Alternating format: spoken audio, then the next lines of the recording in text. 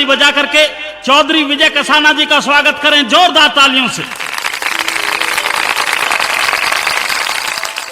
नमस्कार, राम राम साहब। साथियों, देश के कुछ चिंतन एवं मननशील लोगों के द्वारा समाज पर चल रहे लंबे अध्ययन प्रक्रिया के और शोध के बाद यह पाया गया कि देश की आजादी के 72 वर्षों के बाद भी सत्ता परिवर्तन तो होते रहे हैं, मगर देश की हजारों वर्ष पुरानी जटिल सामाजिक व्यवस्था आज भी जस की तस बनी हुई है।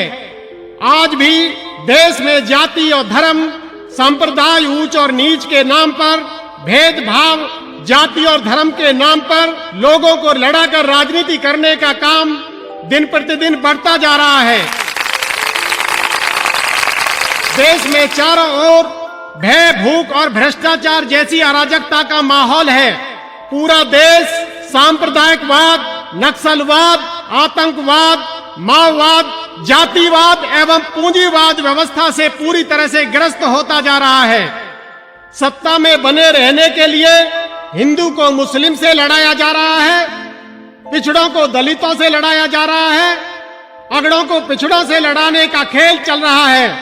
दोस्तों, ये सब 72 वर्षों की बदनीयत वाली सरकारों की गलत नीतियों का नतीजा है।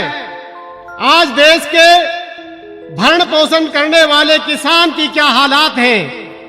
मध्य प्रदेश का किसान आत्महत्या करता है, महाराष्ट्र का किसान आत्महत्या करता है, आंध्र प्रदेश का किसान आत्महत्या करता है, पूरे देश का किसान कर्जे की खातिर आत्महत्या करने को मजबूर हो रहा है।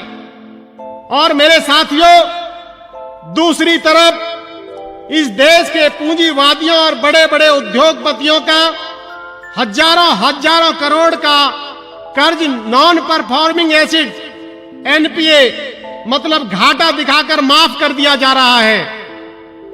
ये सब सरकारों और पूंजीवादियों का मिलकर देश को लूटने का षड्यंत्र चल रहा है, जिसकी भरपाई देश के किसान और मेहनतकश मजदूर के खून पसीने की कमाई से की जा रही है। दोस्तों, इन सब बातों ने हमें भारतीय वीर दल के रूप में खड़ा होने पर मजबूर कर दिया है। भारतीय वीर दल उन लाखों क्रांतिकारी वीरों का इतिहास लिखने की तैयारी है, जिन्होंने देश को आजाद कराने के बाद भी इतिहास के पन्नों में आज तक भी जगह नहीं पाई है। दोस्तों, भारतीय वीर दल उन वीर वीरांगना माताओं की कहानी है, जिन्होंने राज की मर्यादा को बचाने के लिए अपने लालों की कुर्बानी में एक आंसू तक नहीं बहाया। भारतीय वीर दल उन वीर किसान और मजदूरों की आवाज है, जो सबका भरण पोषण करता है और स्वयं भूख से मरता है। भारतीय वीर दल उस न्यायकारी सम्राट वीर विक्रमादित्य के आदर्शों की निशानी है, जिस न्यायप्रिय शासन की मिसाल दुनिया में दी जाती है। साथियों, ये चिंता का विषय है, ये सोचने और विचार करने का विषय है।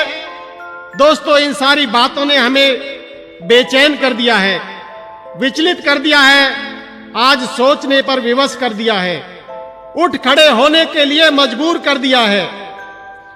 साथियों, आज देश की दोहरी शिक्षा नीति पर प्रकाश डालें तो पता चलता है कि कितना बड़ा भेदभाव किया जा रहा है।